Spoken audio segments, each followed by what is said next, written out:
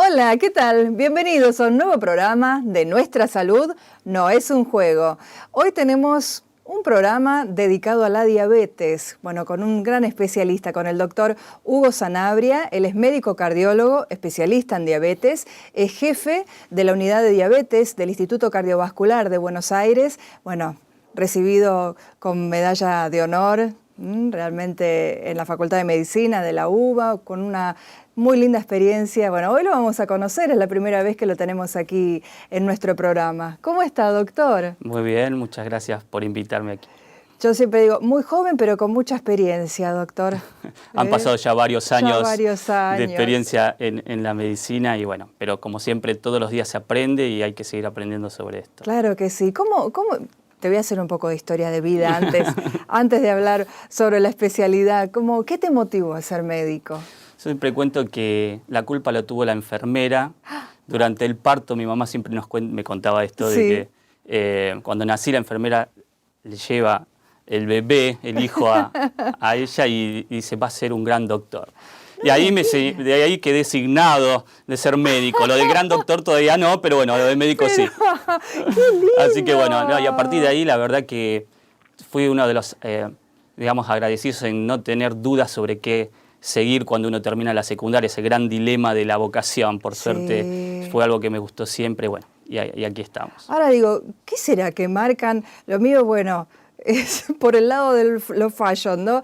A mí bueno, ayudó a mamá, digamos, en el parto, el reconocido doctor Walter Murúa, que después se dedicó, ¿no es cierto?, a la misma carrera como Cornillot, ¿no? Pero en principio era tocoginecólogo.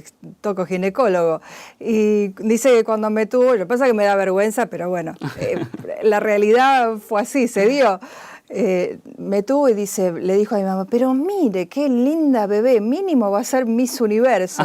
Y después hice la carrera, salí Miss Argentina, viajé como Miss... Y digo, bueno, así que... Bueno, estamos signados en algo medio parecido. Signados algo parecido, bueno, doctor.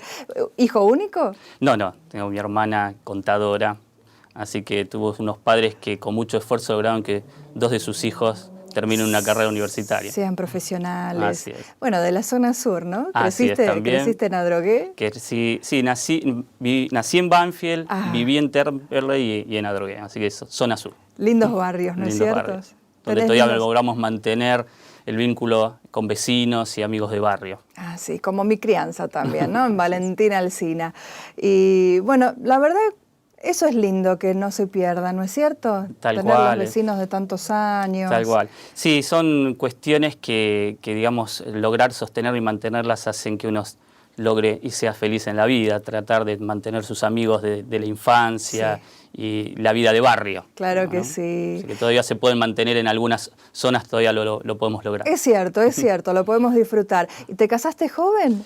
Me casé relativamente joven para lo que es actualmente. ¿Ya siendo médico o eras estudiante? Luego de finalizar ya mi carrera, durante mi formación como residente, residencia de clínica médica, que fue mi primera formación. Sí. Allí conocí a Paula, con quien me casé y con quien tengo 2 lindos hijos. Ah, bueno. ¿Paula es médica también? ¿La conociste? No, por suerte no, así que tenemos otros temas de conversación durante la cena. No, ella es profesora de lengua y literatura, así que es una muy linda profesión también. Por supuesto. Bueno, un besito a Paula también. ¿Y los chicos de qué edades? Los chicos, Facundo de 9, Agustina de 6, que están creciendo, todos muy lindos. Pero por supuesto, bueno, ya conocimos un poquito también sobre el doctor y me gustaría saber, bueno, si bien ya esta enfermera asignó tu destino para que seas médico, ¿por qué elegiste la cardiología y después te volcaste también a la diabetes? Claro.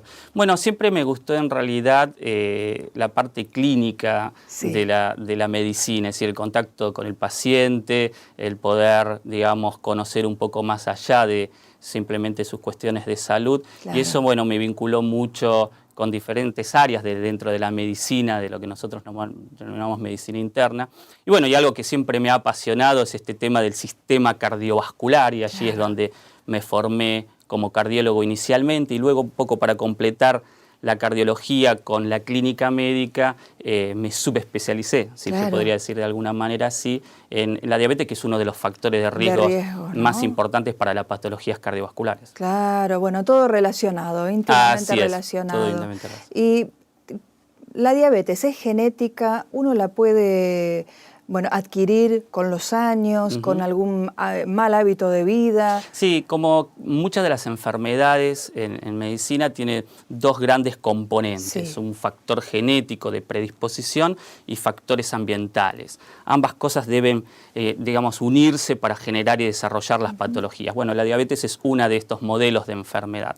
Hay cierta predisposición genética, un individuo con padres con antecedentes de diabetes tienen más chances de tener diabetes en su vida, pero no es el único elemento necesario para desarrollar la patología. Además del factor genético, se requieren de otros factores, los denominados factores ambientales, donde uno de los elementos más importantes es la obesidad, el sobrepeso. El sobrepeso, la obesidad, el sedentarismo, junto con la predisposición genética, favorece a la aparición y desarrollo de diabetes en las personas, en los pacientes. Ahí me hace acordar una anécdota que me cuenta mi mamá sobre mi abuelo, ¿no? Te hablo ya, él falleció 90 y pico de años, por los años 90, y decía, acá, armenio él, ¿no? Acá en Argentina comen mucho azúcar, decía, ¿no? Eso es peligroso, trae diabetes, decía. A él le gustaba mucho leer también sobre medicina. Y fíjate bueno, vos, fue un pionero, entonces empecé en eso. Sí, la verdad que, digamos, nuestro tipo de alimentación occidental, como podríamos definir, entre comillas, donde hay un gran consumo de azúcares, de grasas. Y de harinas que se transforman exactamente, también, ¿no? Lo que nosotros denominamos alimentos con hidratos de carbono, que son aquellos que luego el organismo los transforma en glucosa, en el llamado azúcar comúnmente, donde están las harinas y diferentes almidones, etcétera. Bueno, un alimento basado, una nutrición basada exclusivamente en estos, con gran aporte calórico de estos alimentos, sumado a alimentos con grasas, etcétera. Esto más el sedentarismo es el combo perfecto para el incremento de peso de nuestras sociedades. De hecho, eso lo estamos viendo, como no solo Argentina, sino a nivel mundial hay un incremento de la obesidad y el sobrepeso, y esto trae de la mano el incremento de la diabetes. Claro. Bueno, antes, con los inmigrantes, ¿no? Uno fue manteniendo también las costumbres con las comidas, ¿no es cierto? Pero después, yo creo que también en la vorágine del trabajo, yo recuerdo, en Estados Unidos empiezan con la comida fácil, rápida, la comida que después se denomina chatarra, ¿no? Exacto. Y creó varias generaciones de chicos y de grandes obesos, y eso después también lo exportaron también, porque es una cultura, ¿no? Así es. Hay estudios donde se comparan cómo se nutrían las personas, las sociedades en la década del 60 comparado con las actuales, y se observa un incremento de porcentaje de grasas dentro de esas comidas. Y no solo se incrementó esto, sino también las porciones. En muchas sociedades se ven, en las sociedades americanas fundamentalmente, cómo las porciones también han incrementado. Y ambas cosas hacen y favorecen, primero, el más fácil acceso a esa comida, comidas de mayor proporción y con mayor incremento de valor calórico, favorece obviamente al desarrollo de estos hábitos inadecuados de alimentación y el sobrepeso. Claro, ahora es una malfunción, digamos, del páncreas que no genera la cantidad suficiente de insulina. Muy bien, estamos bastante bien informadas. Ay, sí, doctor, me encanta, me encanta. Claro, usted me toma la lección también. Digamos, la glucemia, el azúcar en la sangre debe mantenerse dentro de un rango determinado de valor. Y eso, hay diferentes mecanismos que el organismo tiene para poder regularlo. Pero uno de los mecanismos más importantes es la insulina. La insulina es una hormona que nuestro propio cuerpo produce, que produce efectivamente el órgano que es llamado páncreas, que está en nuestro abdomen, y esa insulina es fundamental para lograr mantener un equilibrio del valor de glucosa en sangre. Cuando no tenemos insulina, cuando el organismo no lo produce, o cuando lo produce pero no puede actuar adecuadamente, es cuando comienzan a elevarse los valores de glucemia y aparece la diabetes. Así que uno de los elementos centrales para entender por qué se produce diabetes es por la inadecuada función de la insulina. Se dice también que hay dos tipos de diabetes, ¿no? Tipo 1, tipo 2. Exacto. Sí, hay varios tipos, pero básicamente estas son las dos más importantes de las cuales tenemos. La diabetes tipo 2 es la diabetes más común. 9 de cada 10 pacientes con diabetes tienen diabetes tipo 2. Tipo 2. Este tipo de diabetes es la que ocurre o la que aparece más frecuentemente en adultos y es la que está básicamente relacionada al sobrepeso y la obesidad.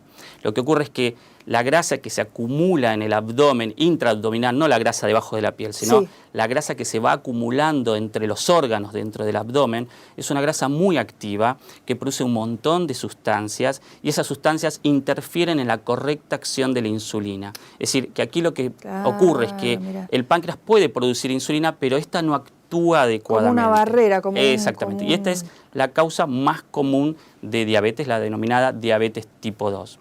Y que otro elemento muy importante que yo quisiera dejar como mensaje es que es completamente silenciosa. Es asintomática. Entonces, si el paciente no se hace algún chequeo de salud, probablemente no lo detecte. Y con el nivel de glucemia, cuando te piden exactamente, es un simple análisis de sangre que se hace en ayunas y con esto podemos determinar ese valor y entonces saber si tenemos o no esta patología. Y el otro tipo de diabetes es la diabetes tipo 1. Del que vamos a hablar después del corte, doctor, ¿le parece? Me parece vamos muy bien. A seguir, no se vayan. Es un corte cortito y seguimos aquí charlando con el doctor Hugo Sanabria. No se vayan.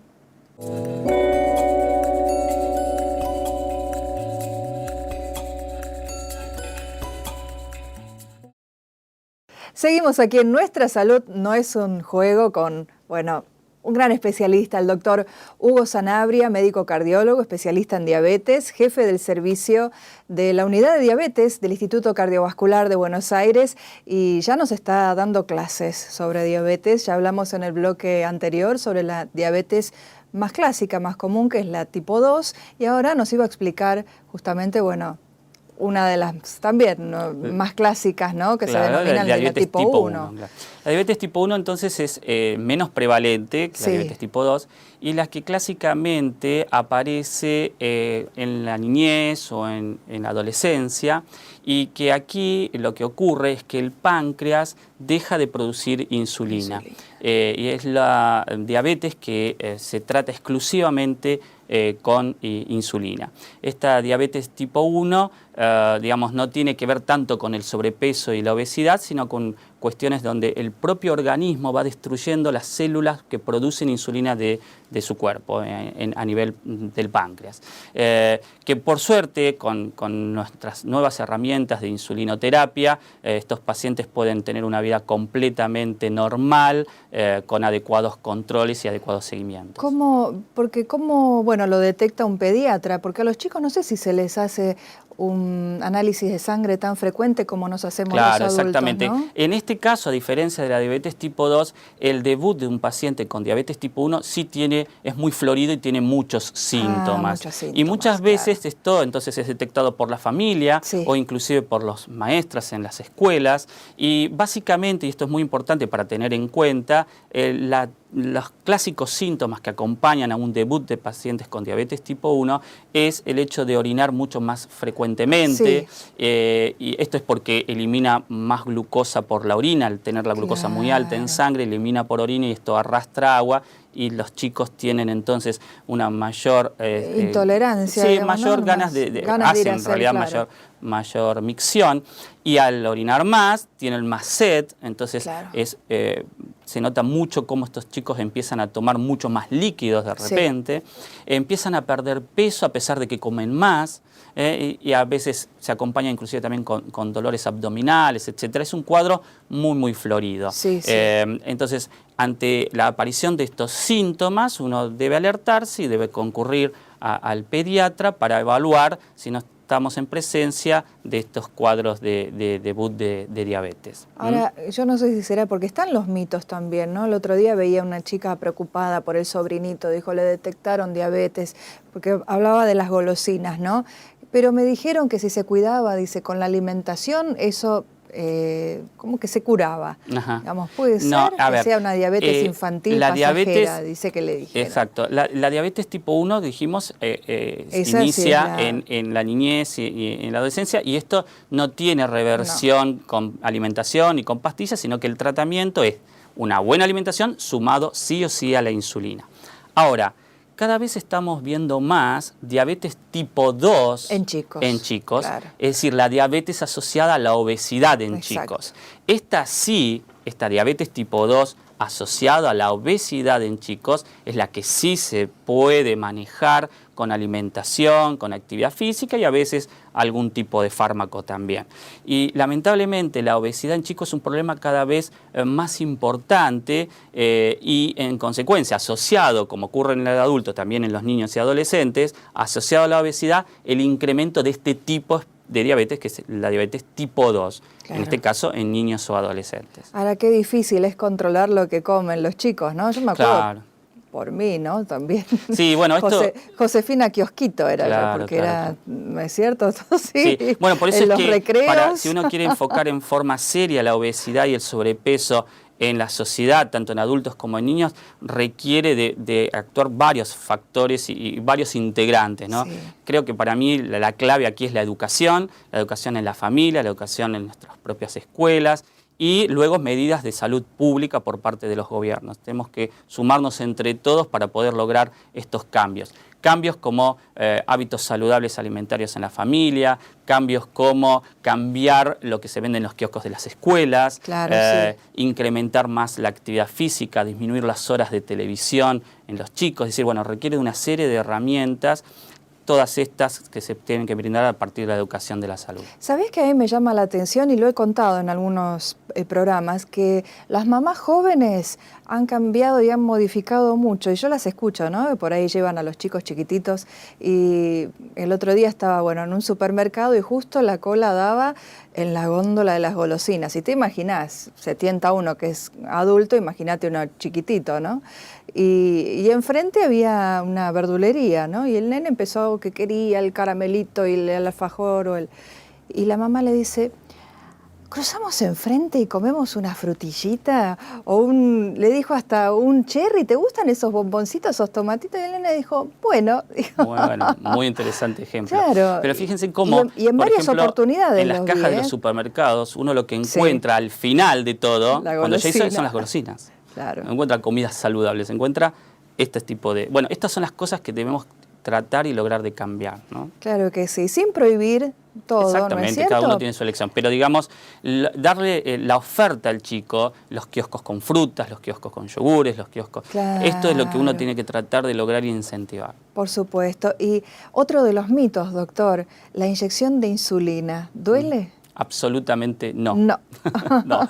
La verdad que ha mejorado y ha cambiado notablemente la forma de administración de la insulina. Es cierto que antiguamente teníamos jeringas de vidrios con agujas más gruesas y largas, que impresionan, ¿no? La verdad que sí, pero actualmente esto ha cambiado radicalmente. Ahora vienen inclusive en lapiceras prellenadas, sí. Las agujas son tan cortitas como de 5 milímetros y la verdad que no duele absolutamente nada su aplicación. Es muy fácil de administrar, no genera dolor y además por ley nacional es gratuita, así que no deberíamos tener ninguna barrera para su utilización. Perfecto. Y usted lo ha probado sin inyectarse, ¿no es cierto? Pero para ver yo siempre si comento dolía. Esta anécdota, porque los pacientes me dicen, no, esto duele. Le digo, no, mire, no duele.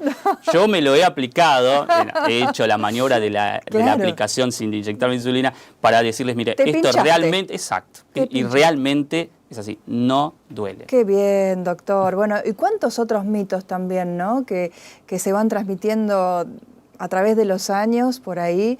Y que a los médicos les cuesta desmitificar también. Sí, ¿no? bueno, siempre nosotros en diabetes decimos que la insulinoterapia, el tratamiento con insulina tiene dos grandes barreras, sí. La del paciente y la del médico. Claro. La del paciente porque vienen con estas ideas de que es dolorosa, de que uno se hace dependiente de algo, de que si usa insulina es porque está muy grave, y en realidad esto no es así. Digamos, no duele la insulina. Es un tratamiento más, siempre digo, la insulina es una hormona que nuestro propio cuerpo produce, por lo cual, ¿qué mal nos puede hacer? Claro. Simplemente que por la patología no está produciendo la cantidad suficiente y uno lo tiene que administrar desde afuera. Claro. Lamentablemente hasta ahora la administración por boca o inhalada, etcétera, no han funcionado y por eso es que se requiere que sea en forma inyectable, pero es una propia hormona que nuestro propio cuerpo produce, así que mal no nos puede hacer. A no tener miedo. Exactamente. Entonces. Y luego es que cada vez lo estamos tratando de aplicar en el momento más oportuno, antes que aparezcan las complicaciones, justamente para evitar la aparición. Es decir, que no significa que sea alguien más grave, sino que significa que es alguien que está necesitando en un momento determinado para evitar complicaciones en el futuro. Perfecto, doctor. Nos quedan 2 minutos. Ay, nos va a quedar corto. Vamos a grabar un segundo programa porque tenemos muchas preguntas sobre este tema que es tan amplio, que a la gente le gusta, bueno, saber.